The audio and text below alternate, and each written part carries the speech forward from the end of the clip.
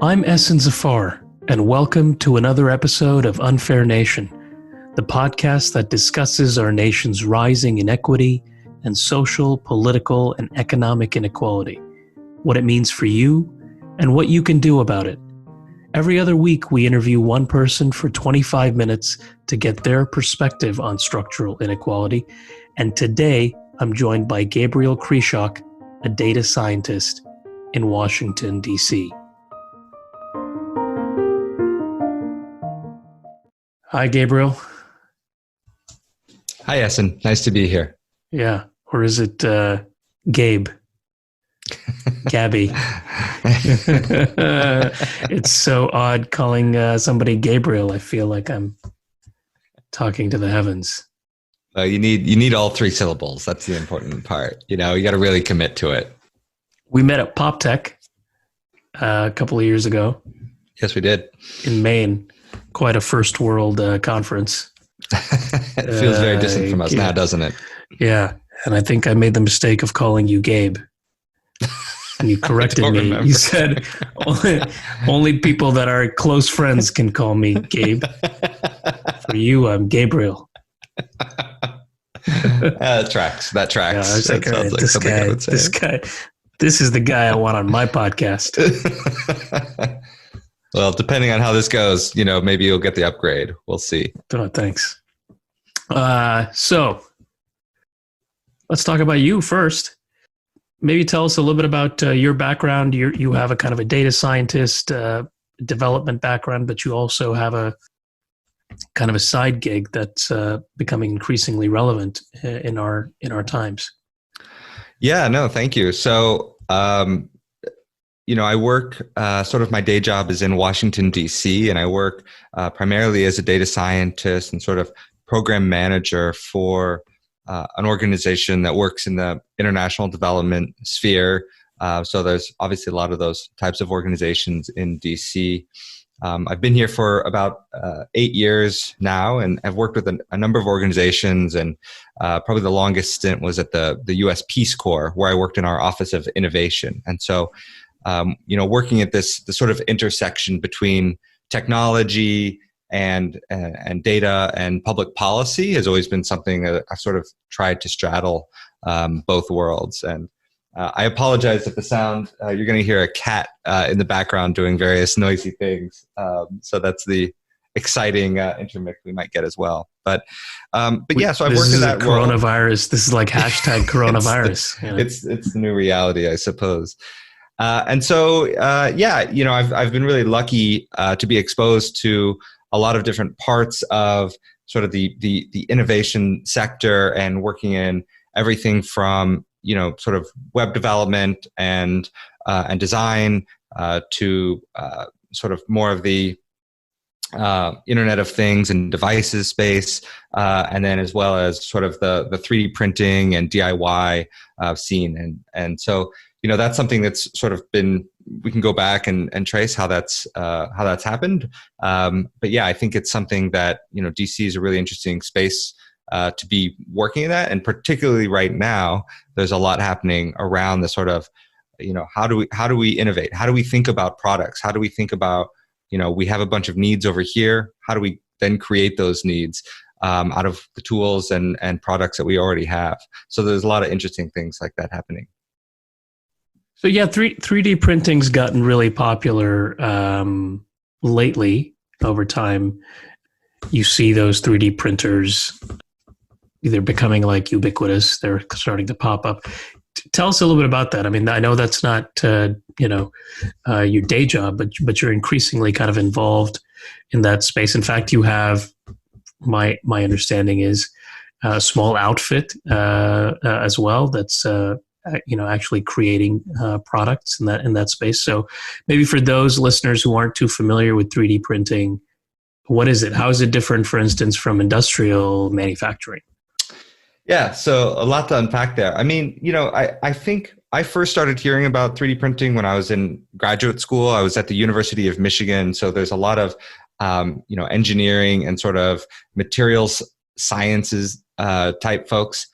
And there were sort of, this is in 2009, 2010, there was just a lot of interest around hacker spaces and sort of DIY labs, and the sort of maker movement was really taking off. And you would see sort of the stories about, this really sort of famous MakerBot, which was one of the first sort of consumer level 3D printers that the people really started hearing about. And that, it's sort of, if you think about that hype cycle that a lot of folks are familiar with, it's sort of like the hype around this thing was up and up and up. So you look at stories around that time that, 3D printing was going to change, industries and manufacturing. And, I was really interested in sort of the global South. How do we think about 3D printing or manufacturing processes that can be different for places where it's just expensive to procure goods? I lived in Madagascar for a couple of years, and it's an island. It's off the east coast of Africa. So it's not the easiest place to get goods and products and stuff. So it made me think like, maybe this would be something that would be really useful for places where it's just harder to buy things. It's harder to receive them. It's harder to have sort of an Amazon store come in and have one-day shipping for every product that you'd like. So if there were a way to make that a little bit easier. So, just sort of going back, that was 10 years ago. And I think we've seen, maybe it crested. I think there was a lot of hype, and then there was a little bit of a lull because people were like, well, okay, these 3D printers, they're cute. But, okay, you can print off some plastic things in chess pieces and things like that. But, it's not changing the world. And so I think what's happened is that you've seen it really sort of be immersed in a lot of different places. You'll see a lot of 3D printers in education. You'll see a lot of them in, sort of prototyping labs for big industries and things like that. So I think it's definitely dispersed and been diffused in a lot of different sectors and a lot of different ways. But you're also seeing now this resurgence, I guess, with COVID-19 as people are, printing off all sorts of things. And we can talk about the sorts of things we've been seeing. But I think it's sort of an extension of that. It's an extension really of this long trajectory that we've been seeing around DIY, around making, around being more thrifty, about really conserving the things that we have, as well as other things around creativity and sort of personalization of devices and personalization of things that you carry around with you or that you want to have on your wall and show off to friends and things like that. So it's sort of all these things in one. It's a big umbrella. Yeah, that's helpful to kind of get that perspective because a lot of folks don't really know about 3D printing. What can you print with a 3D printer? Are you able to print something complicated? And how much does it cost, a 3D printer? Is it expensive? Can you describe what it looks like to people who are just kind of listening in and maybe haven't seen one before? Yeah, sure. I'm going to try and do this without breaking too many things here. So this is my 3D printer. So this is I'll try and hold it steady here as I talk about it. But this is I'll just show it for a second and then I'll bring this over. But this is a typical sort of consumer level 3D printer. This is called the Simple Printer Bot that I bought about 5 years ago now as a kit. This is an example of something that you can print with a 3D printer. So I actually did print this one with a 3D printer, which is part of a whole other project. There's an NGO actually run by a guy named John Scholl called Enable the Future, where their whole mission is basically to use printers like this one and sort of these what we'll call these consumer level printers to basically print off things that folks can use, particularly folks who have a need for a prosthetic, like a prosthetic hand or fingers and those sorts of things. And that's kind of what you're holding up, right? You're holding up this blue prosthetic hand with right. With so this is kind of half of a version of it. So what you would end up doing is you'd end up sort of completing this with some tension rods and wiring here, so that what you could do is sort of, and this is obviously made for a hand that's much smaller than mine, but you sort of put your hand in there, or depending on your sort of your disability or deformity or anything, there's different customizations you can make to it. But you'd basically be able to sort of build a sort of grasping mechanism that uses a sort of spring tension to build this into like a grabbing. That's really mechanism. Cool. And there's all sorts of different customizations you can make depending on what the individual user wants.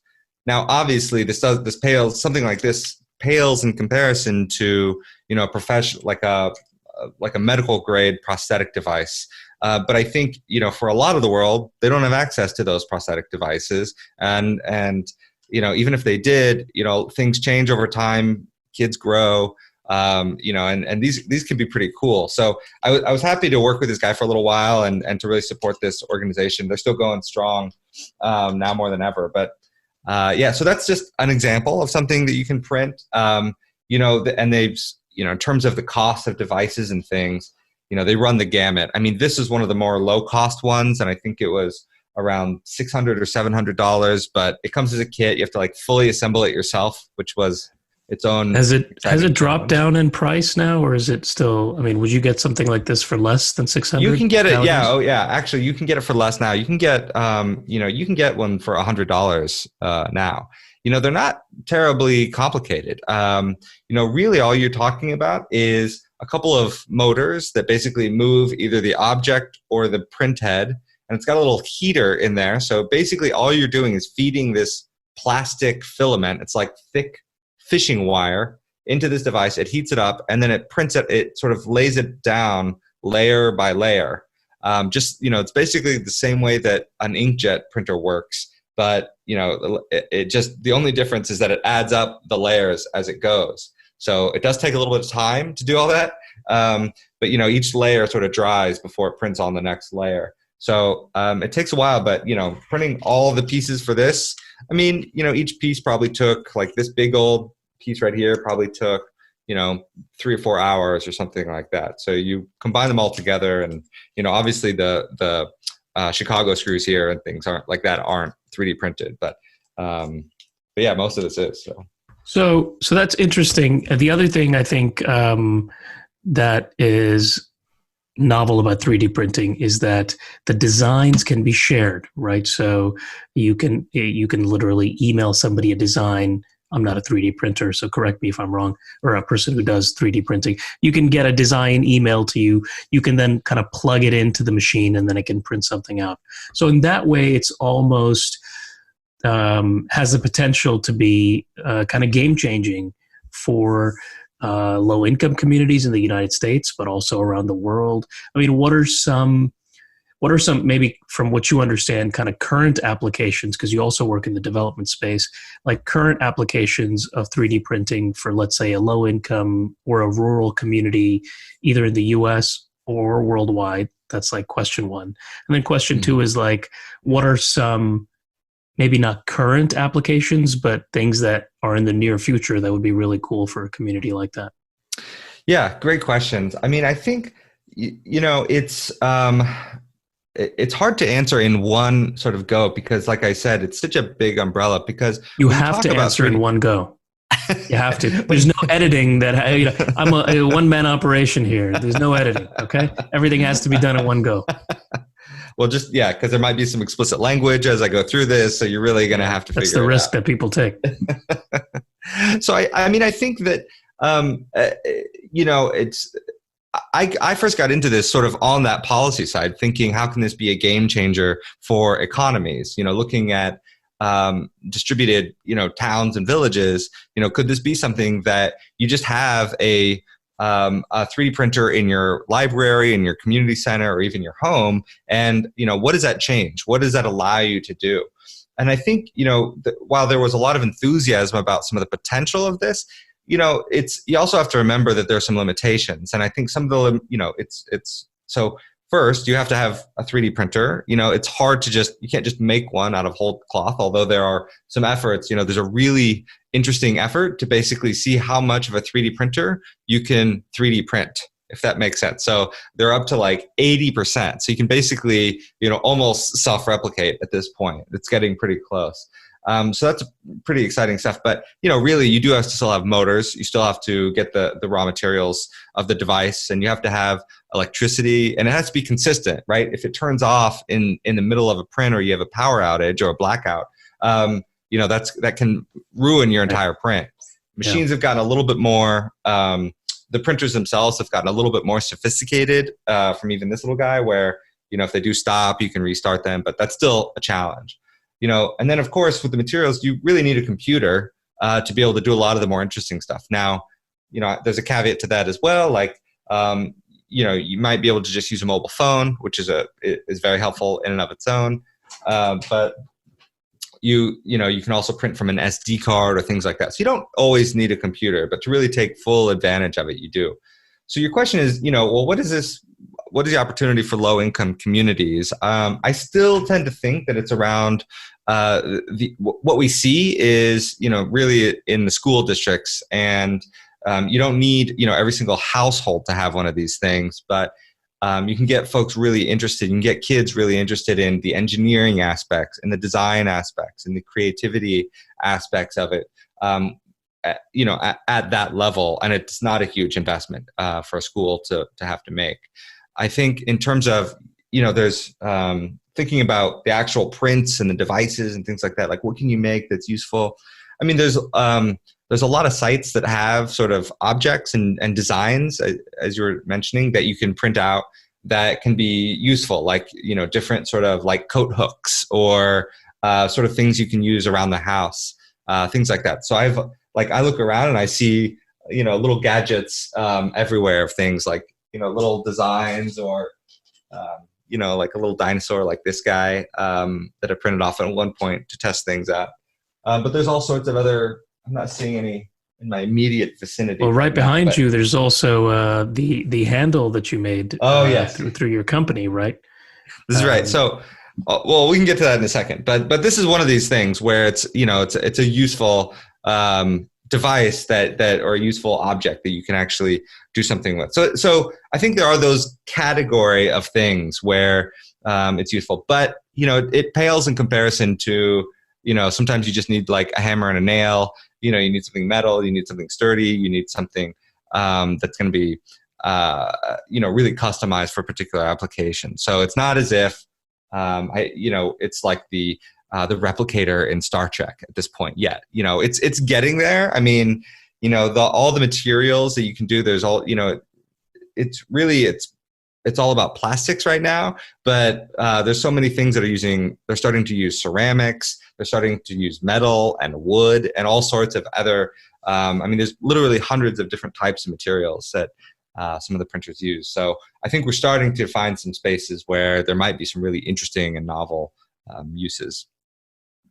Yeah, it sounds like the way you're describing it to me is it's kind of a modern, at least in the education space, which is where I have some nexus to. It's kind of a modern wood shop, right? Remember, when we were going to high school, you had like wood shop and whatever, drafting and all these kind of classes. And it's kind of a modern iteration of that, which is relatively low cost and then maybe might prepare a low income community for a career, or at least get them interested in a career in tech, which is where a lot of jobs are going, especially now that we're decimating kind of more traditional jobs because of the coronavirus pandemic. Yeah, and I think that's a really good analogy, and I want to be clear too. What we're sort of talking about is the sort of like consumer level 3D printers, but when you're talking about 3D printing, you can also be talking about like the medical industry that uses it for 3D printing of biological material and frameworks and lattices for skin grafting and things like that. So there's a lot of, really next level sorts of things that use, the similar principles as what we're talking about, where you have sort of layer by layer by layer that builds up, but for completely different purposes. And, there could be applications of that are, far reaching beyond sort of just, developing a nifty piece of a plastic toy or something. This could be, if you have a hospital that has a 3D printer for skin grafts or something, that can be a real game changer for a rural community that doesn't have access to, the sort of, high end or other materials that you'd find in different types of hospitals. So, it's not an area I know a ton about, but I think that's important to think about that, we might see advantages, even though everyone might not need or have a 3D printer in their home for plastic materials and things like that. There might be some really interesting sort of end user applications of it. You're starting to see that too. Like I'm forgetting the name of the company, but the company that does braces, like custom fit braces. You're starting to see some applications in eyeglasses and really getting form fitted eyeglasses for your pupil distance and everything like that. All sorts of orthopedic type things as well. So there's a real interesting sort of horizon level of what's around the corner on this stuff. I mean, like, speaking of medical stuff, it's also in the news now. We're living in this we're 2 weeks into the coronavirus pandemic for those that might be listening, after the world ends. But a lot of you're seeing kind of news articles about folks or even small companies printing their own ventilators, some that are using at least part of a 3D printer to make masks because there's a lack of ventilators and masks. Is that how viable is that, to use 3D printers for that? Are those, I imagine they're not as effective as regular industrial produced equipment, but what do you think about those efforts? Yeah, I mean, I think it's been really fascinating, frankly, to see. I mean, it's been really interesting, and there's a lot of enthusiasm, and I think it's I'm sort of feeling about it the same way that I felt initially, which is like just sort of pure excitement and joy at seeing some of the enthusiasm and the sort of creativity and inventiveness and just like get out there and do it sort of mentality of a lot of these projects and efforts. And I think, and you're seeing it across the board. I think like the first one I think I saw was a design for a mask that would basically it was sort of the outline of the mask, or the plastic part or the main part, and then you'd have replaceable filters in it, something like that. And I think those So we'll get to the medical part, the FDA part of it in a second. But I think that, from a purely just sort of, gut reaction, I think it's really great that people are recognizing that, there's an obvious supply shortage. And they're saying, look, we have the tools in front of us. I've got this 3D printer that I bought 2 years ago, and I'm not doing anything with it. Is there something I can do? Is there a way I can contribute? And that's not just the individual, that's also, organizations, libraries, maker spaces, extreme sort of hobbyists that are really doing it as well, that say, look, I've got all this capacity, there's got to be something I can do. And so when you dig a little deeper too, you find that not only are there these potential masks, which I think to your point have a little bit of, they're in a little bit of a gray zone in terms of the medical fit for them and how effective they're going to be.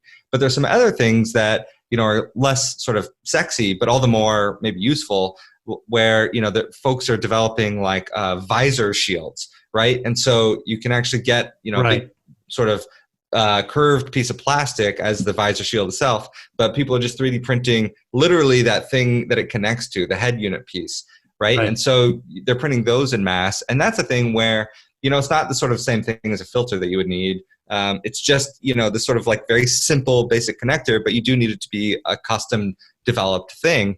That's a perfect use case because it's small, it's, you can print it relatively quickly and you can customize it for different sizes and things like that. So, there's some things I think we're going to start to find these niches where, there's a real interesting application where it falls perfectly into, particularly as there's a time sensitivity to things, as we're just trying to, meet the demand. I think when we start getting to talking about ventilators and the shortage around that, I mean, that's a different conversation. I think that there's some really interesting and like amazing innovations that are occurring in that space right now. And there's a bunch of people working on this to try and figure out if they can, develop essentially DIY ventilators. And that would use, pieces and parts that are incorporating 3D printed parts. One of the other really great stories that are probably on folks' radar or should be, because it's really fascinating, is, in Italy, they were printing just valves, 3D printed valves. So again, a very simple plastic thing that can be, but there was a shortage of them. And so they said, there was valves for ventilators or medical equipment needed to treat the coronavirus. I think I'd have to go back and look. I think it was for ventilators or respirators or some part of the tooling therein. So I'm not sure exactly what part of the process it was in. I'd have to go back and look. But yeah, it was something where it was a desperate need from particular hospitals at the time. And so you're seeing, I was looking this up and seeing different like there was that story, and then there's other, valve shortages, and other things where people I saw one story of folks trying to convert like scuba masks into respirators that could be used for COVID patients, right? And so there was some retooling that needed to be done on those things, and they were using just small, basic 3D printed parts. And that gets back to what you were saying. Like, the value of this is you can customize things. You can have anyone just who's got a little bit of time, computer, some design know-how, can go through and say, oh, well, we just need this piece. I can imagine it, I can design it, and I can print it, and I can have it out there. And then you have other people say, oh, well, it actually needs to be bigger here or smaller there. This needs to be curved, or this needs to be flat. And that's it really kind of democratizes that whole process in a way, because it allows anyone to sort of weigh in. You don't have to have, tons of special equipment or software or training to do some of these basic things. So that's a really nice piece. It just lowers that barrier to entry for a lot of folks. Yeah. And so, kind of speaking about that, as we're nearing the end of our time here, like, what if you are, if you are somebody who is interested in getting into 3D printing as an individual, maybe you are a school who doesn't have a lot of resources, you can't have a wood shop or drafting or some other kind of industrial class, but you still want your students to get some experience in this field, maybe, as jobs are shifting there. Where would I go if I want to learn more about 3D printing? What is a resource for me? Yeah, I mean, I think there's so many places to start. I mean, I think, you don't need to have a 3D printer to get started in 3D printing. That would be my first piece of advice. And so, one thing is, I think maybe this is the way that even I got started, is just to go look at 3D printed objects and designs. There's probably the greatest website that has the most of these is called Thingiverse. And I don't know if we can put it in the show notes, but we can maybe do something like that. But okay.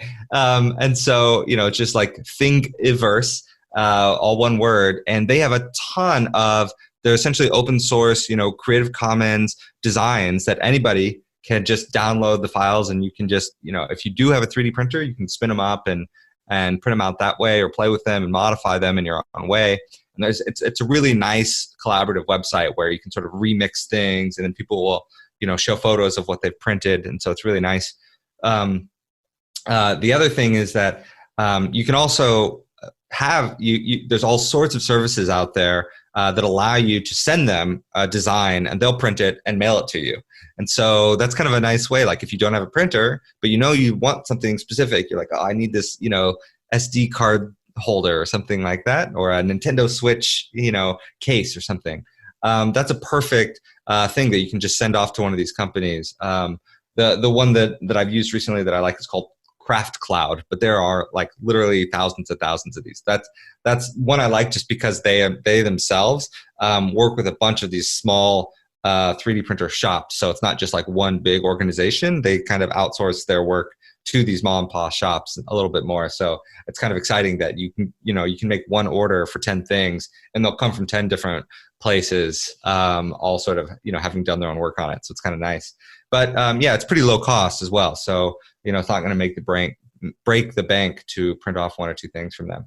And then finally, in terms of the design, I think, people are a little bit scared to get involved in sort of like, oh, I don't have design skills. Like, I'm interested in the engineering of it, or maybe I'm interested in the creativity, but, printing in 3D or designing in 3D is really a lot to ask. There are some really cool sites and services that you can go to. So one that I really like is called Tinkercad. And so you can use that, and it like basically lets you design with very simple shapes, squares and spheres and, rods and cones, and puts them together, and you can add them and subtract them in various ways. And so it makes kind of an exciting tool for folks to use to get started. And then you can sort of it totally opens up your brain, and you can see how these pieces fit together. And then you can say, oh, well, actually this hub and spoke is really just a circle with other circles that are cut out of it, and so, it sort of forces you to see the world in a different way, which is, one of the most exciting things for me. And I mean, and that's, that's how I got into it. That's how, eventually I ended up sort of this side side hustle, if you will. Thankfully I had some downtime between some of my data science gigs, and so I was able to sort of. I had an idea at one point. I said, I really need something to like hold my phone when I'm going to, or my Kindle when I'm going to go to sleep at night. And so I thought, it keeps like falling on my face as I'm holding it there lying. And so I thought, well, let me just put a thing on the back of it. I'll snap it into place and I can just hold it like this. So I can easily read it. I can set it on a desk or something like that. It's kind of a dumb little idea. Yeah, describe tell me what it's called and describe what you're sure. referring to. So this is the and thank you for letting me do my pitch for the company here. But so this is the Proper handle, which is part of the ProprThings line. This is the sort of flagship product that started the whole thing. But it's essentially because this is Web 3.0. There can't be any. You got to take out as many vowels. That's right. Yeah. So it's PROPR, no E. No E. Yeah, proper. Well, the whole idea, it's called proper because it acts as a prop as it props it up. See, so Let's see what you did there. Yeah, it's cute. So the whole idea, so it's basically just, so this whole thing is 3D printed and it's got a little rubber suction cup on here. And when you twist it like this, it's got a little mechanism in here that allows you to pull the suction cup taut. And so I've got this version. I've got a version that uses a magnet. So if you have like a phone that has a connectivity on the back end, so like my iPad has one. We've got regular iPad, got one of these. So it's nice. You can sort of prop it up on a table. You can also hold it for reading articles and things like that. So and did a Kickstarter on it. Go ahead. Sorry to interrupt you, but that handle was created using mostly the 3D printer, and then you attach the magnet and the suction, the rubber suction for the other version just onto it, and that was exactly it. So even the switch mechanism where you twist the handle, is that facilitated by the 3D printer? Yeah, I mean, so there's like a design on the inside, this little track. And so this is one of those things, there's like teaching myself how to do this design, but there's like a little metal bar that holds it all together. And so it's, but there's basically like 4 pieces in here that most of this is just 3D printed though. So it holds the whole, device together. It's really cool. Yeah. You were talking about Kickstarter. I interrupted you for a second. Go ahead. No. Yeah. I was just going to say like, this was the first product, but there's, we did a bunch more that are, so there's this device that was pretty successful. And then there were a bunch of other things, like a little phone stand, sort of a key holder that holds your keys in your pocket without sort of scratching things. And some other things that we're developing, like little headphone holders and things like that. So we sort of just expanded this to be a little sort of custom design shop. And so now it's kind of used as, with friends and colleagues and acquaintances who have, get in touch with me and they say, we're trying to solve this problem. I'll come up with something. We'll come up with something together and then sort of design a custom design, sort of, 3D printed solution to an everyday life challenge. So it's kind of a small little thing. It is definitely a side project, but it's a fun side project. Awesome, Gabriel, Gabby. Thanks for Gabby is good. You can call me Gabby. We'll put the proper website in the show notes. Thanks for also sharing those resources that people who are interested in 3D printing can kind of go to. We'll also put in a few stories about how communities are using 3D printers and how small businesses and nonprofits are using 3D printers to print things like ventilators, where you can go to support those communities, or get involved yourself. Like Gabriel said, you don't need to have a 3D printer to start, getting into the field. Thanks a lot, Gabriel, for logging on during this time, coronavirus time. Hope you stay safe. Thanks. Also, we didn't really talk about all the work you've done for individuals and communities overseas, but maybe for another podcast we'll bring you in to talk about that. But thanks also for all the work you do there as well. Well, thank you. It was a pleasure. Really enjoyed chatting with you.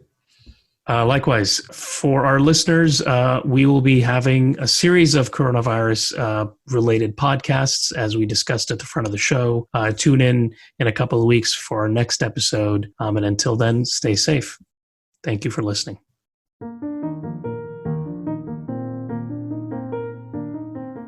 Unfair Nation's brought to you by Tech Change, and we have Nick Martin here with us today in the studio. He's the founder and CEO of Tech Change.